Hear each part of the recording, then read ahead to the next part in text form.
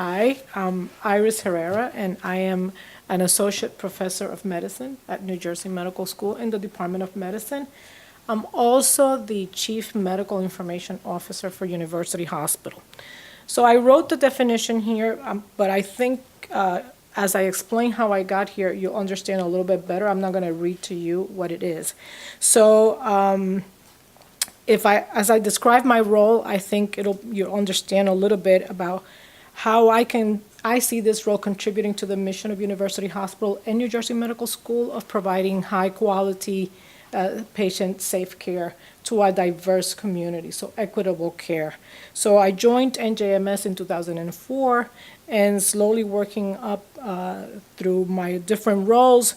I was asked when I was the medical director of the clinic, the general medicine clinic, by the then department chair to be the physician champion for University Hospital's implementation of the electronic medical record.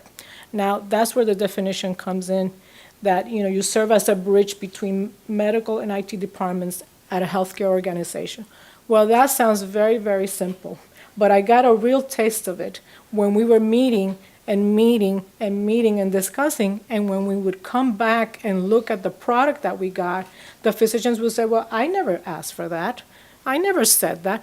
And IT would go, yes, you did. Yes, you did. This is what you asked for. And that's where I understood the importance of this role, because we do speak very different languages. And the way that I see that we can contribute to better patient care is by having everyone at the table, having a good discussion, but involving the clinicians and the people that provide the care so that we can get to that better care. Not only for Hispanic patients, but as in patients in general, because I think if you focus on the patient as a whole and just see the patient at the center of everything that we're doing, then you don't care about ethnicity, you don't care about race, you focus on providing good patient care for those patients. And then in terms of responsibilities, designing and integrating IT systems in medical departments, that is not just sitting down in a computer and saying, this is what we do and this is what we're going to, it's actually very difficult to move from a paper world or from what you do today into the computer. It takes a lot of discussion, it takes a lot of observation, a lot of just questioning and questioning again. Just yesterday, I can tell you that I had a meeting where I said to the group, I said, you know what, guys, I'm going to continue to ask questions until I really understand it, because otherwise I can't deliver what I think I should deliver. And I view my responsibility as giving the best product. And one of the things is that maybe we won't get to the best thing, but we can say that we tried our best and that we really looked at the possibilities and say this is the best that we can deliver right now. And then we can go back and look again. Analyzing the use of technology such as the EHR and computerized physician order entry. I can give you an example. This is how I like to look at things, about how things can go wrong when you put something in the system.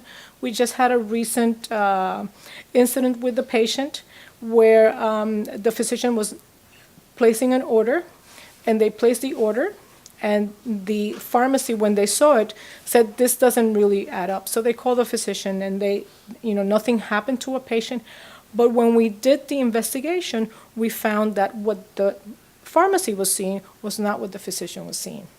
So we had to actually sit and figure out where we missed that. And nothing happened, because we do have checks and balances, and pharmacy was very good about capturing and talking.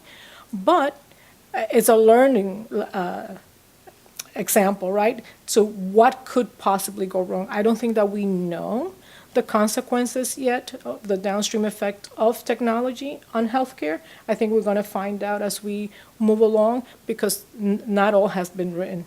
This is in diapers. And in terms of the role of the CMIO, it's fairly new. Some people call it Chief Medical Informatics. Some are Chief Medical Information Officer. For the most part, we're very related with the IT department, but also quality and patient safety. And most of us, when you've looked at any studies out there or any reports or surveys, we do have some clinical responsibilities because we need to see what other people are doing. In my view, it has to, you have to have credibility that you're still touching a patient. Not a lot, I don't do a lot of it, but it just keeps me grounded with what I do in the system. My ending statement is that I want to thank University Hospital, but especially Dr. Soto Green at New Jersey Medical School, Dr. Natali, who's been my mentor for a long time, and I'm very proud to be here. I'm very happy that I joined New Jersey Medical School almost, 14 years ago? 14 years ago, and I hope that I will make them proud. Thank you.